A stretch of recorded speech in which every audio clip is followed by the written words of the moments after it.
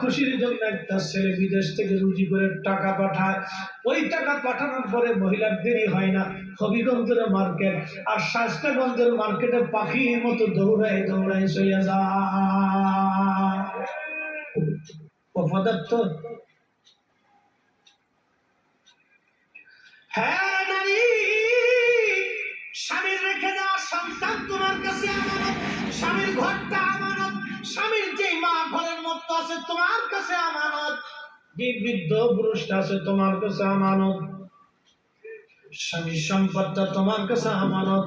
ও নারী, ও বোন, আমি আপনাকে বলতেছি, বুঝে বুঝে বাড়ি চলে যাবেন, ওয়াজ শুনে চলে যাবেন।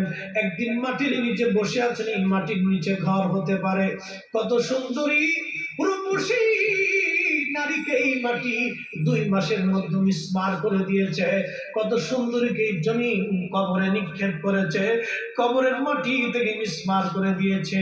ওই সৌন্দর্য বেশি সময়ের জন্য না রে বোন, যতই সুন্দরী হন না কেন, এই সৌন্দর্য দিয়ে আল্লাহর মন গোলানো যাবে না। আল্লাহর মন গোলাইতে হলে 2টা কাজে আসতে হবে, একটা হলো নামাজ, আর একটা পর্দা, আর একটা স্বামীর খেদমত। নামাজ, পর্দা, স্বামীর খেদমত ছাড়া কোন নারী জান্নাতে যাবে না, যাবে না, যাবে না। কথা কম না কেন? এই 3টা কাজ লাগবে। 1 নম্বরে নামাজ, 2 নম্বরে পর্দা, 3 নম্বরে স্বামীর খেদমত। হযরত রাহিমা কাজ করে করে স্বামীর জন্য খাবার নিয়ে আসতেন। এমন দুরবস্থা হলো, 1 দিন না 2 দিন না 18 বছর পার হলো। বাপ কত বছর?